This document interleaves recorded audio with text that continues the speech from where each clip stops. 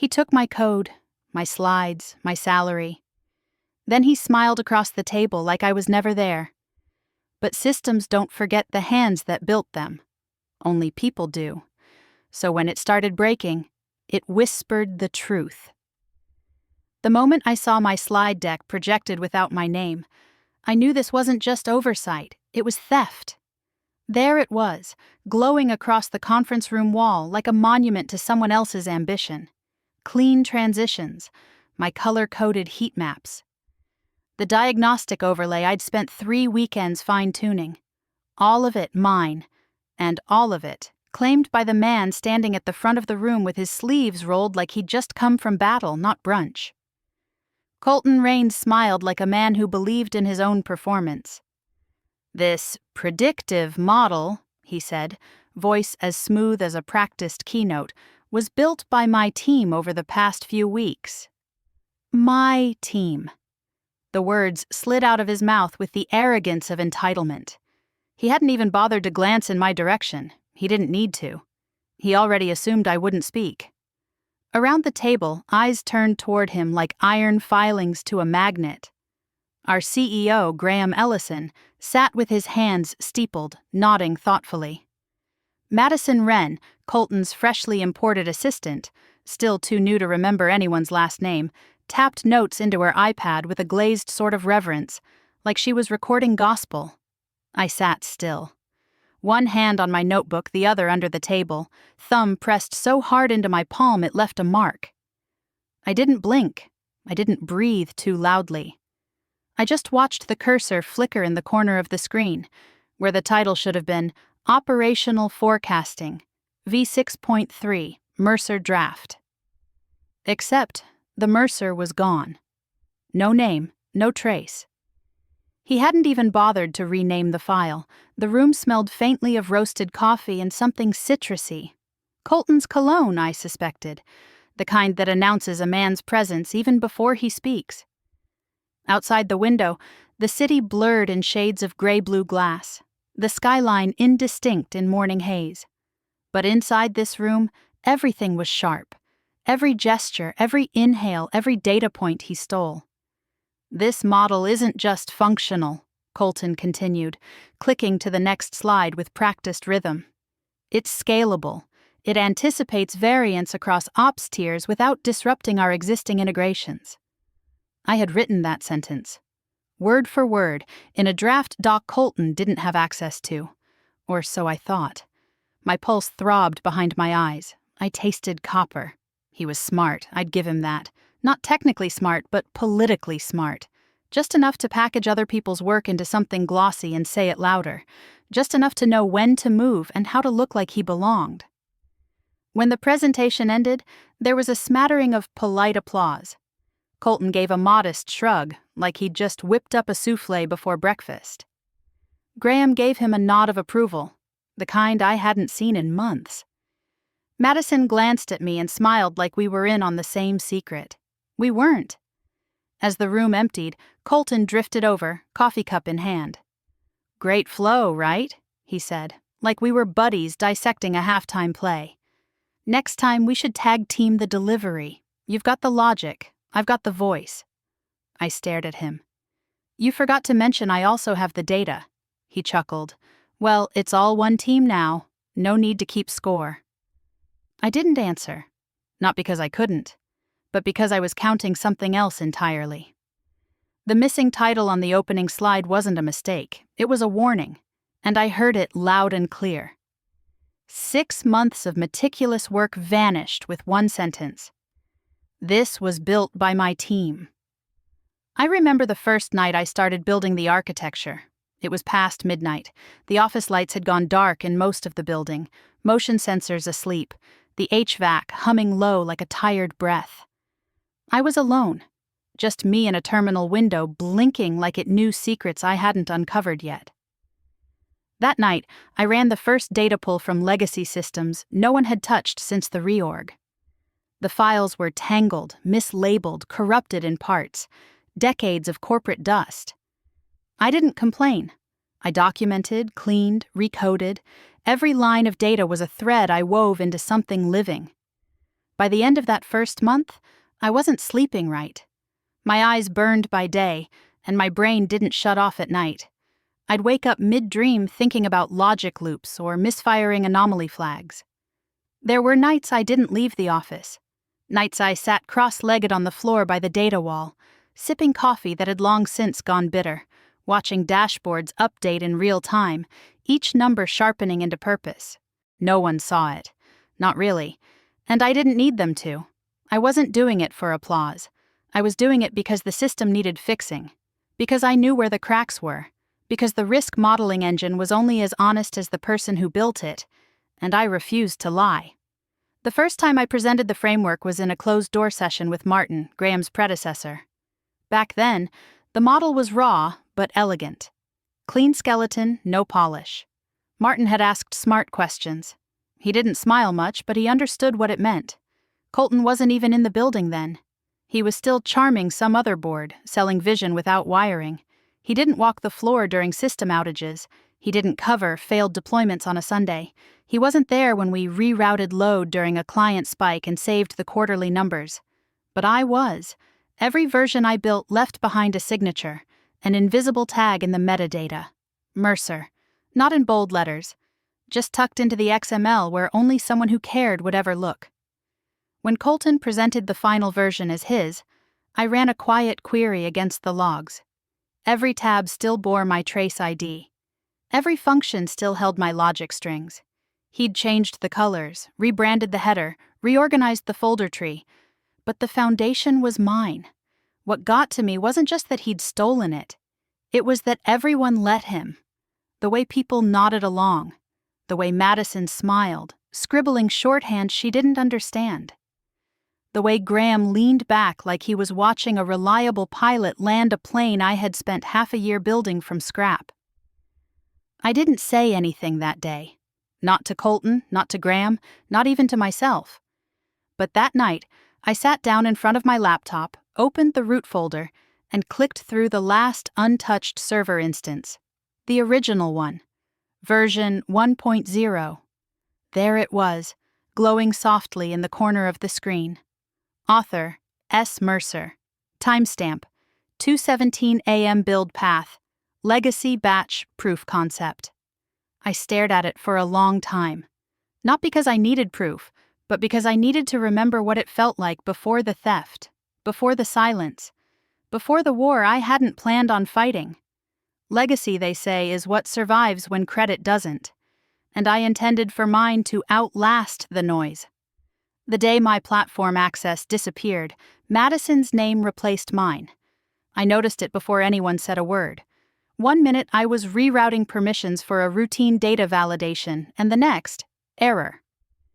Insufficient privileges. I hit refresh, same result. I navigated to the control panel, the one I'd designed to display system ownership across environments. My name was gone. In its place, Madison Wren, owner beneath it. Last activity, none. She hadn't even logged in. I didn't speak. I didn't send a ticket. I just stared at the screen while my coffee went cold beside me, a pale ring of condensation spreading slowly across the wood. My fingers hovered over the keyboard, not typing, just feeling the chill of being erased in silence.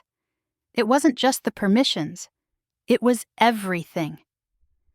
The shared folder where I stored test logs, locked. The alert system I'd configured for overnight triggers, disabled. The audit logs I used to monitor background processes, archived. No notification, no explanation, just one quiet reassignment after another, like someone redrawing a map while I was still walking across it. Later that morning, I passed Madison in the hallway near the huddle rooms. She was scrolling through her tablet like it owed her money. I stopped. "Hey," I said, casual. "Looks like you're listed as the platform owner now?" She blinked twice. "Oh," she said, like she hadn't thought about it. Colton, said we were consolidating logins. One umbrella, simpler for reporting." "Right," I said. "But you haven't actually configured anything yet?" She smiled like I was offering to help. "No, but let me know if you need something pulled. I'm happy to." I walked away before she finished. It wasn't her fault. She didn't know what she was holding. She thought she was inheriting a flashlight, not a live wire. By midweek, my dashboard access had shifted to read only. The label sat there like a scar on the screen, taunting in its finality. I clicked through old workflows like a ghost retracing her steps in a house that no longer recognized her presence. The worst part wasn't the lockout, it was the knowledge that someone had flipped the switch behind closed doors and then smiled to my face like nothing had changed. Colton hadn't said a word to me. He didn't have to. This was his version of diplomacy, death by invisibility. No confrontation, just quiet removal, one layer at a time, until the absence became permanent. I still showed up, still sat at my desk, still responded to Slack threads and joined syncs no one needed me in, but the current had shifted. I could feel it in the way people paused before looping me in, the way decisions moved faster, without me, the way Colton's voice got louder every time mine wasn't in the room. This wasn't incompetence. It was strategy, not a firing, a soft displacement, a coup in slippers. That night I stayed late. Everyone else had gone home, except for the janitor humming to himself down the corridor. I logged into the back-end mirror we kept for compliance redundancies. An old server no one touched anymore. It wasn't flashy. But it still remembered me. The logs were there, every change, every reassignment, every system reroute traced back to a single admin node. Rains Colton permission override v1.2. I didn't react. I just copied it. Quietly, methodically. Then I opened my private notebook, black leather, unbranded, and wrote a single line at the top of a fresh page. Week 1. They replaced me with someone who couldn't spell schema. The coup was done. Now came the accounting. If they wanted silence, I'd give them silence, with structure.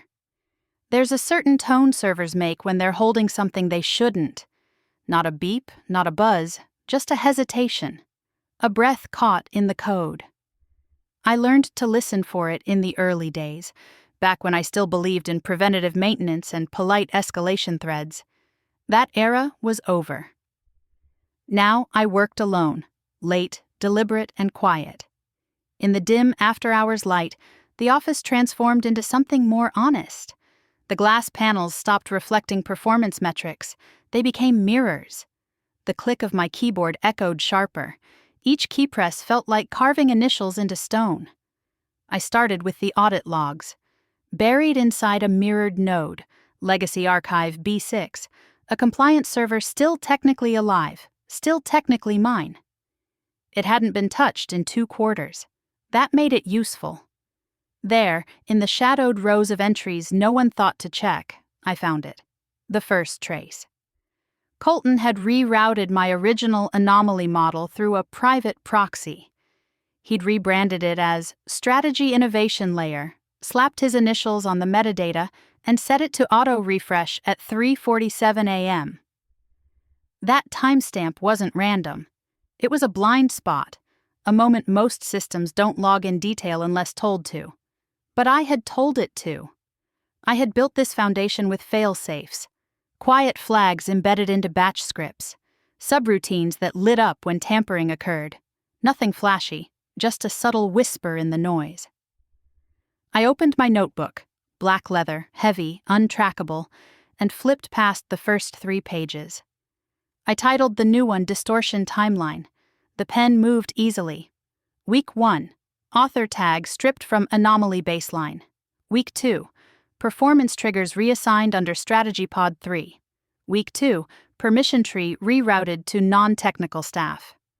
Week 3. Salary reduction executed same day as IP transfer.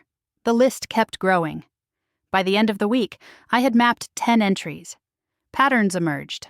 Every time I was removed from something, Colton added someone who didn't understand the system but looked good in meetings. Every piece of logic divorced from origin. Every dashboard made prettier but dumber. Every thread of intelligence repackaged as polish. I wasn't angry anymore. I was collecting. The next night I called Brian, late, direct. "Don't patch the mirror node," I said. "Don't trigger a refresh, just leave it, let it breathe." A pause. Then, "Got it." Brian wasn't sentimental, but he was honest. He'd once told me that systems are like rivers. Interrupt their flow too many times and they forget where they're supposed to go. I didn't need revenge. I needed memory. So I kept listening. Every small inconsistency became another whisper. Colton's dashboards began failing integrity checks. Reports misaligned by 0.5%. Little things. Enough to make him doubt his team, but not enough to raise alarms. I didn't need a hammer. I needed erosion. And the system? It started to speak. In skipped logs. In conflicting user tags. In redundant loopbacks where there should have been exits. I started tracing my initials not just in notebooks, but in logic loops buried deep beneath the UI. Calls to legacy functions no one else remembered. But the system did. Echoes of an architecture too carefully built to forget. They didn't see me anymore, but the system did. It remembered the hands that fed it, the mind that mapped it, the fingerprints coded into every efficient corner they now used without understanding. Let them present. Let them shine. When the structure falters, it won't scream. It'll whisper my name. I didn't sabotage the system. I just stopped catching its fall. At first, the changes were small. A dashboard link that redirected to a deprecated version. A project folder that vanished from the shared drive for exactly 92 minutes before reappearing with a corrupted index. An alert ping that delayed just long enough to be useless. Mistakes, they'd say, glitches, natural friction in any growing org. I let them believe that. Madison pinged me on Slack one morning. "Hey, quick Q, do you still have access to the staging logs? I'm getting a blank screen." I read it, let it sit. Watched the little scene icon pop up on her end. Then I closed the window without replying. She messaged again 6 minutes later. This time she added a waving emoji. I didn't wave back. In the old days, I would have jumped in, fixed the route, patched the access chain before anyone noticed the delay. But those days were gone. Colton's team had the keys now. Let them fumble in the dark. I made sure the logs were visible, just not where they expected. I moved core datasets into a redundant sandbox, cloaked under a legacy tag. They were still there, still functional. Just quiet, waiting. Brian helped me throttle token refresh.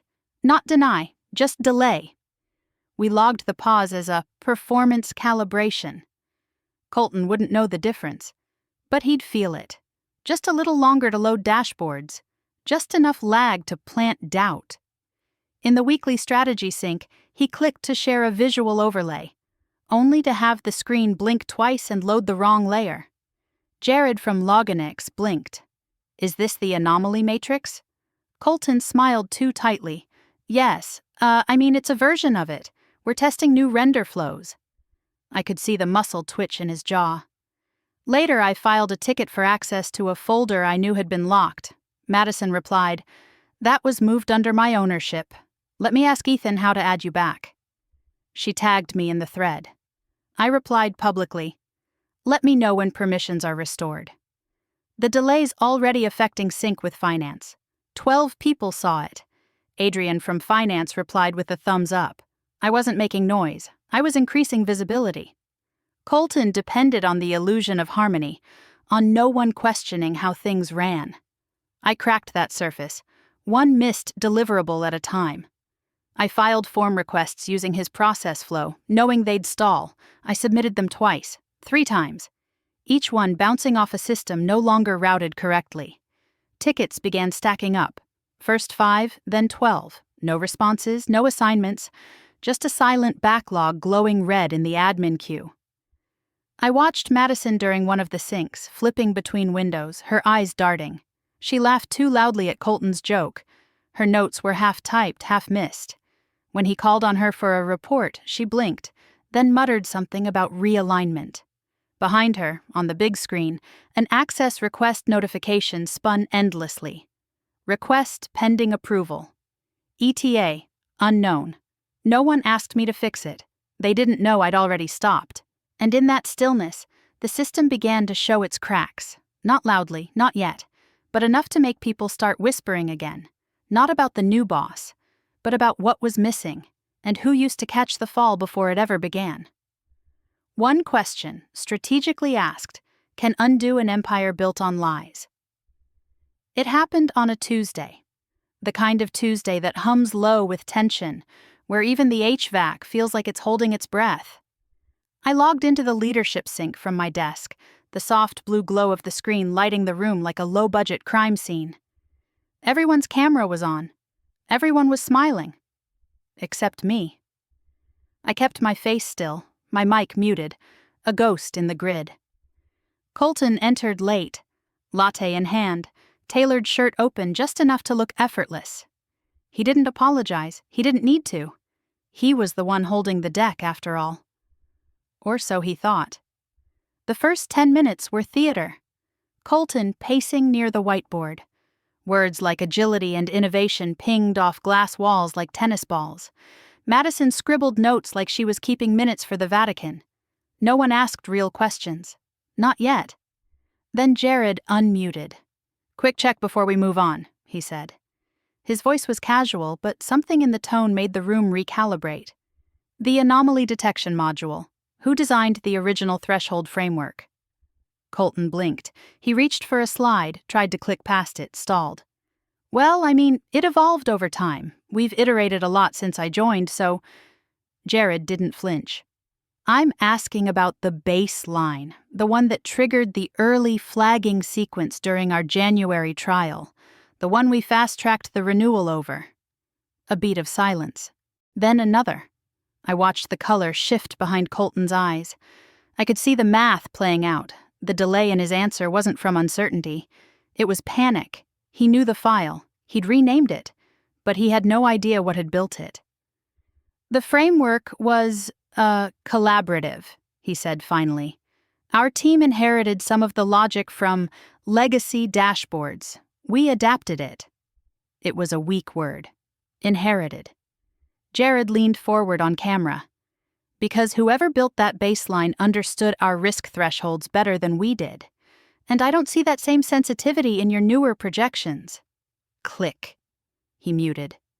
The silence that followed wasn't technical. It was structural. Like a load-bearing wall had just cracked somewhere deep beneath the foundation. Martin, the CEO, turned slowly in his chair. No emotion on his face. Just a measured turn, a flick of the wrist, a click of a mouse. Then, without a word, he swiveled his laptop toward Colton.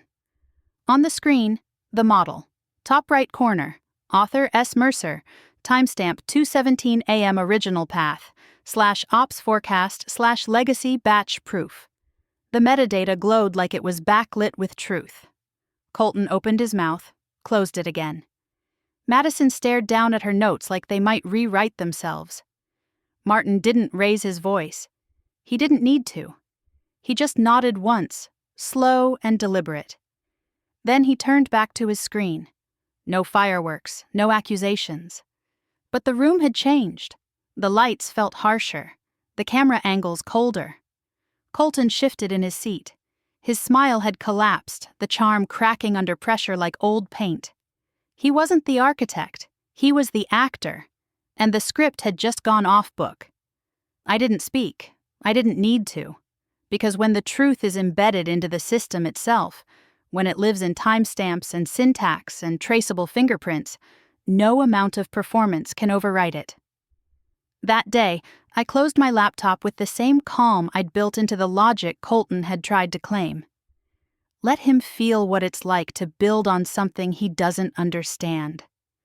Let them all watch what happens when the scaffolding they leaned on stops holding its breath. The collapse had started, and I wouldn't need to lift a finger to finish it. I didn't return to fix what they broke. I had already taught the system how to defend itself. By the time the audit requests began circulating, I had already cleared out my desk. No announcement, no farewell email, just a quiet calendar removal and a deactivated badge. I left the building on a Friday afternoon with no ceremony, no eye contact. Madison had waved at me without realizing what it meant. Colton hadn't even looked up. Let them believe I was defeated. Over the weekend, the system coughed. Monday morning, Colton tried to load his executive dashboard. The screen flickered, hung, then returned a 403 error. Access denied. He hit refresh, twice. The layout reappeared, but half the widgets were broken, data fields labeled number null. He called IT. They blamed the migration. Brian knew better. That week, internal memos began landing in inboxes, short and clinical. Subject: anomalies in Q1 reporting flow, action required. Re-verify all source inputs before next sync. Colton's name was on none of them. Mine? Mine was everywhere, in metadata, in batch job authorship, in version control histories he'd failed to scrub. The system, it seemed, had not accepted its new master. One by one, calendar invites started disappearing from his feed. Cancelled meetings, missed syncs, performance reviews that no longer had a moderator. People started skipping stand-ups, not openly, just a pattern of slow erosion. A trend of silence. Then came the audit packet. 6 pages of flagged inconsistencies, risk predictions that didn't match deployment data, an entire quarter's worth of anomalies buried under cosmetic reports Colton had polished for optics. The signature on the last file, his, was marked revoked in red. Martin didn't raise his voice. He simply sent a follow-up. Colton, please walk me through the provenance chain for the January model. There was no provenance. There was no chain. There was only the silence between slides, the flickering of his cursor as it hovered uselessly over fields he didn't build. In a final meeting I didn't attend, Colton stood at the front of the room again. Same rolled sleeves, same misplaced confidence. But this time, the screen behind him blinked uncontrollably. The forecast charts refused to render. His own access credentials returned error codes. At one point, the system force-logged him out mid-sentence. I wasn't watching, but I heard about it. From 5 different sources. All they said was, it was brutal. I didn't feel joy, I didn't gloat, I didn't need to, because the silence I left behind wasn't empty, it was built, engineered, purposeful.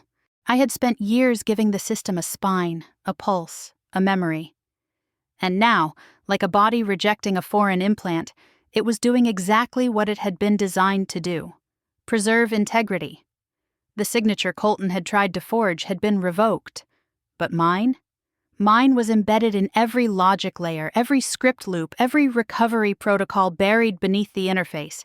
He couldn't see it, but it saw him, and it refused. That was enough. People stopped asking for permission. They started looking for structure. The announcement was tucked into the bottom of a Friday afternoon email blast. Effective immediately, Colton Rains will be pursuing other opportunities. No fanfare, no handover. Just that sentence, neatly buried between a reminder about open enrollment and a note about the cafeteria's new vegan menu. I read it from my apartment, the city outside my window pulsing in red brake lights and early dusk. I didn't react. My tea had gone cold beside me. I let it stay that way. By Monday, his desk was empty. Not cleared, just vacant. His standing monitor still faced the wall. A plant, one of those IKEA succulents no one waters, sat wilting beneath a film of dust. Madison had stopped coming in. Her Slack status had been on away for 5 days straight. But the real shift didn't happen on screens. It happened in the spaces between. People started digging into the legacy folders again, the ones I'd marked with version stamps so old they felt like relics. I got a ping from Adrian in finance. Just a dot. Then a follow-up. Do you remember why we used the delta flag on the Q1 burn rate? I replied with a line of code. No greeting, no context, just structure. He didn't ask anything else. He didn't have to. That same day, I watched as a new request came through on the admin panel. Someone had reopened the anomaly baseline file. File origin, legacy batch proof. Author, S. Mercer, last modified, never, they didn't change it. They just read it, carefully. In the hallways, nods replaced chatter. People walked slower past my old office. Some left folders outside my door, printed reports, hand-marked with questions in the margins, like students leaving essays for a professor they still respected, even if she no longer lectured. A few brave ones started referencing the Mercer protocols in meetings. Quietly, casually, like the name had never been erased, only misplaced. There was no apology, no big apology ever comes. But there were echoes. Echoes in the way the dashboards were rebuilt. Not flashy, but sound. Echoes in the reports now matching the predictions again. Echoes in the return to logic, to principles, to code that didn't need a name attached to be respected. Brian texted me late one night, "They're using your fallback model. No changes." Even the trace tags still say SMI. Stared at the message longer than I meant to. Not out of pride, but out of something quieter. Something like relief. Something like breath finally leaving a body that forgot it was holding it. I'd walked away, but the system hadn't. It remembered. It responded. The funny thing about building something right is that even when it's neglected, even when it's overwritten or painted over, it doesn't break. It waits. And when the noise clears, it calls the right name, not for credit, but for alignment. I didn't log back in. I didn't need to. Because somewhere deep in a batch file no one dares rewrite, my trace ID had reappeared. Not by force, not by design, by gravity. I never reapplied. But the requests kept coming, as if the system itself remembered. They started as pings from old teammates, quiet check-ins wrapped in casual pretext. "Hey, weird question. Do you remember how you handled cascading failures in the anomaly loop? What was the logic behind that decision tree split again? No rush, but if you ever feel like consulting..." I didn't answer the first few. I had nothing left to prove. I had built something that didn't require my presence to validate its worth. That was the point. Still, the messages kept coming. Not from the executives, the ones who smiled through betrayal and nodded through theft. No, it was the builders. The ones who knew what clean logic looked like, who remembered the way my code felt, how it didn't just run, it held, it protected. It didn't fight change, it accounted for it. I'd moved to a smaller city by then, rented a place with creaky floors and good light, found a quiet co-working loft tucked above a used bookstore. The walls were brick, the ceilings too high to trap noise. I liked that. It reminded me that things could echo without shouting. My desk sat near the window.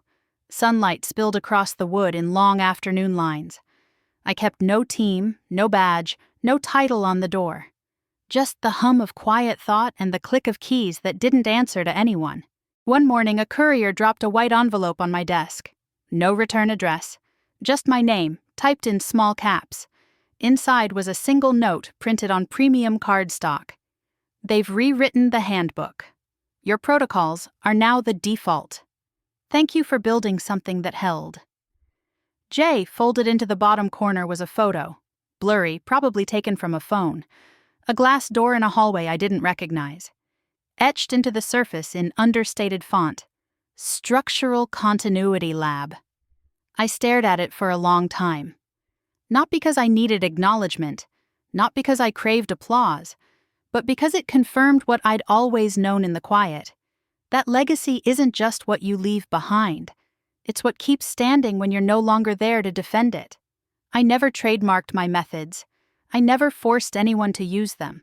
I didn't name things after myself or anchor them to personality. I built frameworks, not empires. I wrote in functions, not flattery.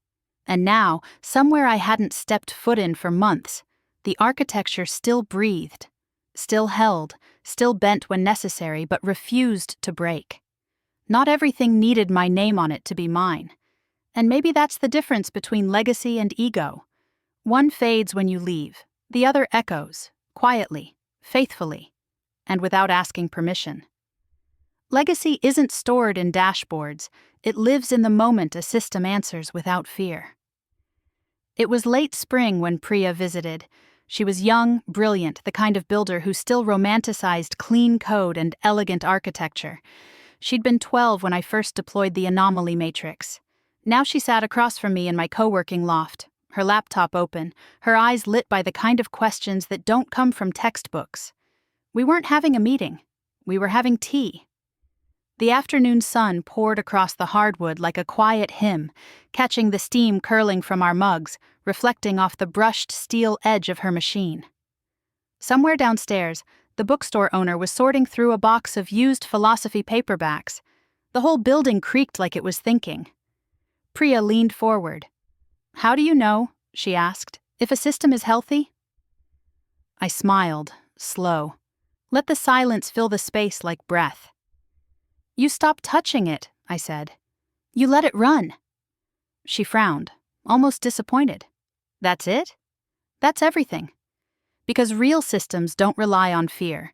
They don't panic in silence. They adapt without begging for attention. They speak quietly when needed. And when they're right, they don't demand credit. They just work." She nodded. Then, almost as an afterthought, turned her screen toward me. This just popped up in our core deployment. It was a snapshot of her newest stability protocol, an inheritance built atop inheritance. An error handling module had triggered unexpectedly, caught a near miss, rerouted the load perfectly. The system had tagged the correction back to an ancestral logic path. At the bottom of the chain, in faded gray, was a trace ID. SM no flourish, no tagline, just those 2 letters, subtle, tucked behind the silence of a working function. She hadn't known I'd written that line of logic years ago, but the system had. It remembered. Not because I told it to, but because that's what strong foundations do. They don't collapse under pressure. They endure, quietly, relentlessly, without applause. I didn't say anything, just nodded once and passed her laptop back. Later that night, when the office emptied and the light dimmed, I walked through the server corridor of the new project I'd quietly agreed to advise. Rows of racks hummed in low mechanical reverence. No noise, no chaos, just steady pulse. I paused at one. Just one. Sunlight caught on the glass as it flickered through the high window. The unit blinked a soft green. I opened the console, typed in a diagnostic line, scrolled. There, embedded in the redundancy logic, buried 12 layers deep in contingency protocol, was a signature. The same one that had echoed through systems long after my exit. SM, still there, still holding, still trusted. I closed the console, stepped away, and let the system breathe. Sometimes the most powerful legacy is the one no one sees you build.